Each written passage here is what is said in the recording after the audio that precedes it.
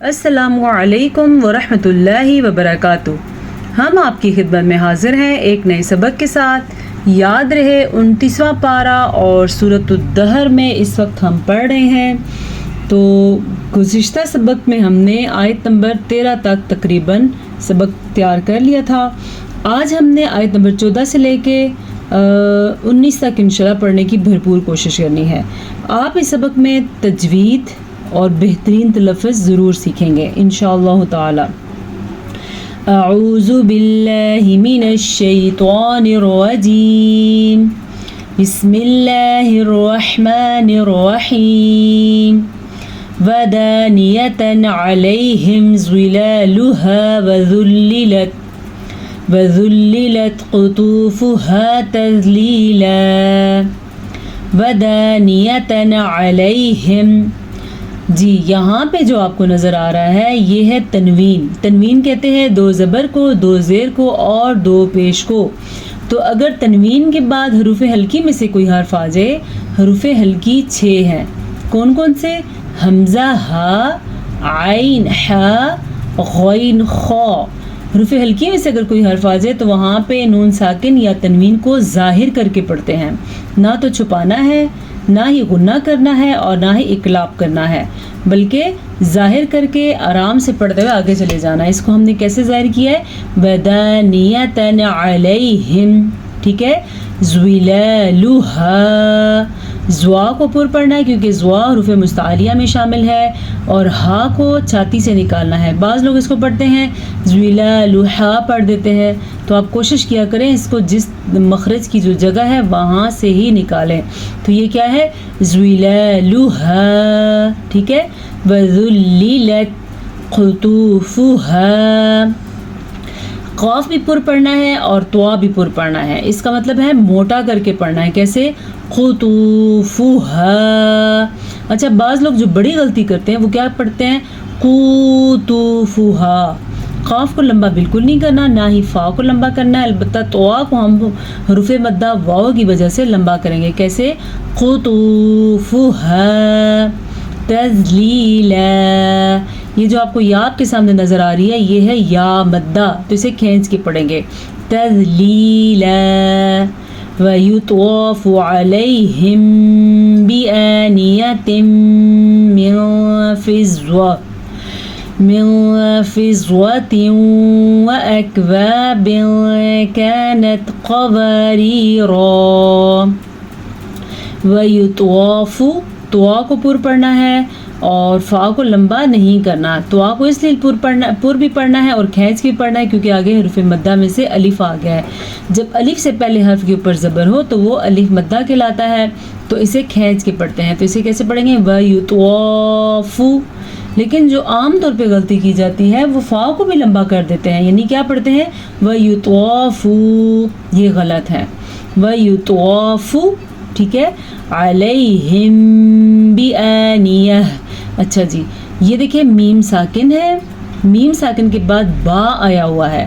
جب میم ساکن کے بعد با آ جائے تو وہاں پہ ایک قاعدہ ہوتا ہے جسے اخفاء شفوی کا قاعدہ کہا جاتا ہے۔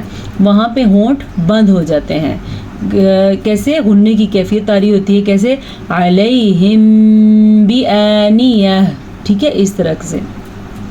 بِآنِیَةٍ مِّن فِضَّةٍ وَأَكْوَابٍ۔ اچھا جی، بِآنِیَةٍ، یہاں پہ ہمارے پاس غننے کا قاعدہ ہو رہا ہے، یعنی کہ ادغام بالغنہ۔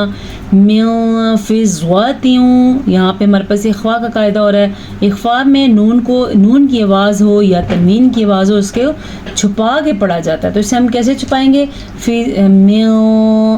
من، اس کے بجائے ہم کیا پڑھیں گے؟ من، ٹھیک ہے۔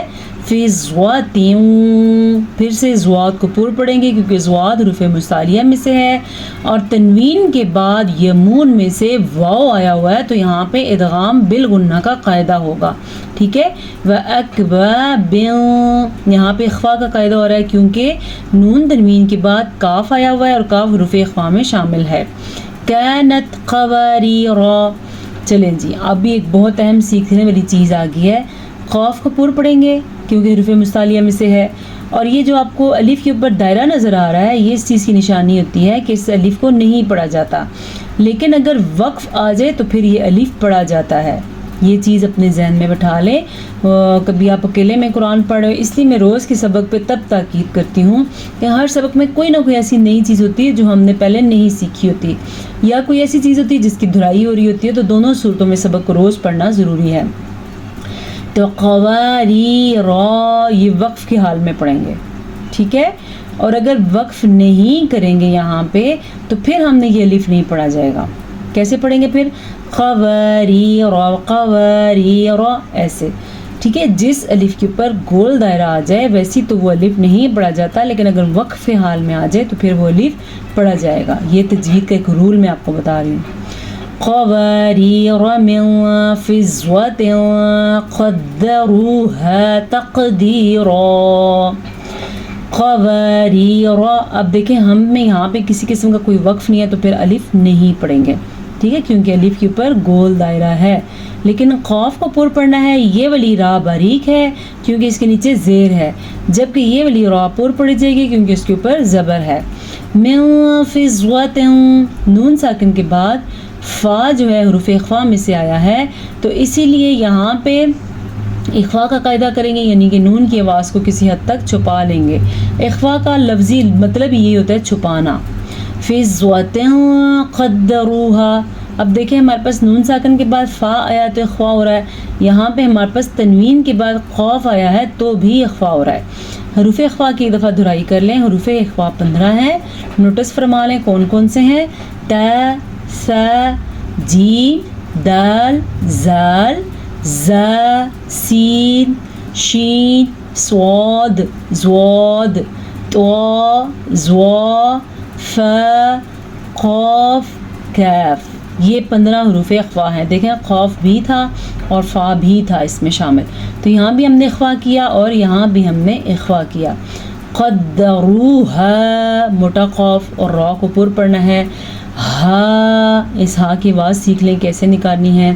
تقدیرا، اب آپ نے نوٹس کیا ہم نے قاف کے اوپر کلکلہ کیا ہے۔ کلکلہ کیسے ہوتا ہے؟ جھٹکے کے ساتھ ادائیگی کرنا۔ ہم نے کیسے جھٹکا دیا؟ تقدیرا، را کو پر پڑھیں گے کیونکہ را کے اوپر زبر ہے۔ وَيُسْقَوْنَ فِيهَا كَأْسًا كَانَ مِزَاجُهَا زَنجَبِيلًا۔ وَيُسْقَوْنَ، اچھا جی یہ واو لین ہے، واو مدہ کو کھینچ کے پڑھا جاتا ہے، جبکہ واو لین کو نرمی کے ساتھ اور آرام سے پڑھا جاتا ہے، کھینچا نہیں جاتا۔ جیسا کہ ہم نے پڑھا وَيُسْقَوْنَ، وَيُسْقَوْنَ، ایسے کوئی کرے گا تو وہ غلط پڑھے گا کیونکہ لین کو کھینچ کے نہیں پڑھ سکتے، آرام سے پڑھیں گے اور چھوٹا سا پڑھیں گے وَيُسْقَوْنَ، لیکن قاف کو پر پڑھنا ہے۔ ہاں بعض لوگ کرتے ہیں وَيُسْقَوْنَ، آگے جا کے لمبا کر دیتے ہیں، بھئی اس کو لمبا نہیں کرنا، یہ ہے وَيُسْقَوْنَ، اتنی سی اس کی مقدار ہے۔ فِيهَا، الف مدہ، كَأْسًا كَانَ، پھر سے اخفا ہو رہا ہے یہاں پہ کیونکہ نون تنوین کے بعد کاف حروف اخفا میں سے آیا ہوا ہے۔ مزاجھا، ہا کو چھاتی سے نکالنا ہے۔ زنجبیلا، پھر سے اخفا ہو رہا ہے کیونکہ نون ساکن کے بعد جیم آیا ہوا ہے۔ تا، سا، جیم، یہ حروف اخفا کے سٹارٹ کے لفظ ہیں، ٹھیک ہے؟ اور یہ ویسے ہی تو یہ لکھا ہوا ہے زنجبیلن، لیکن جب اس طرح کی آیت آ جائے تو پھر میں نے پہلے بھی آپ کو بتایا تو وہ ایک زبر بن جاتا ہے، تو الف ہے تو الف تو ساتھ پڑھیں گے۔ کیسے پڑھیں گے؟ زنجبیلا،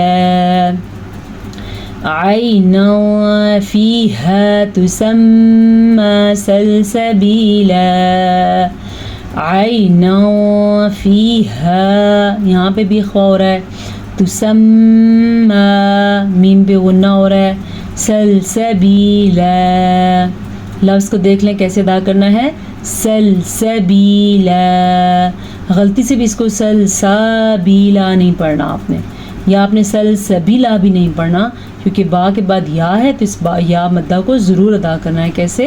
سلسبیلا۔ اتنا سبق کافی رہے گا، وہی بات ہے کہ تھوڑا سبق ہو لیکن اچھا سبق ہو اور ایسا سبق ہو جو آتا بھی ہو۔